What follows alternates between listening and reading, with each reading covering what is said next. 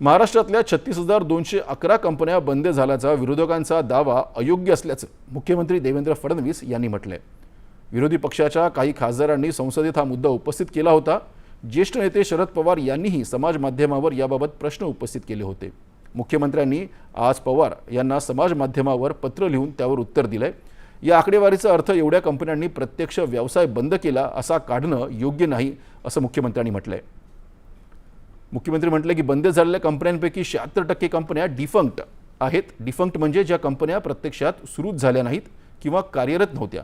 त्यामुळे कंपनी नोंदणी रद्द होणं आणि प्रत्यक्ष उद्योग बंद होणं या दोन वेगळ्या बाबी आहेत। काही कंपन्यांचं विलीनीकरण झालं तर काही कंपन्या कायदेशीर प्रक्रियेतून विसर्जित करण्यात आल्या असं ते म्हणाले।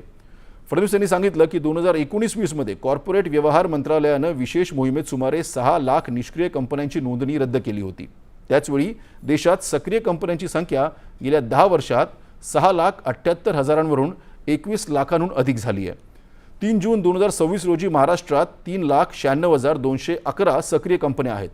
देशात छत्रपती शिवाजी महाराजांचा महाराष्ट्र पहिल्या क्रमांकावर होता आणि कायम पहिल्या क्रमांकावर राहील असा विश्वास त्यांनी व्यक्त केला।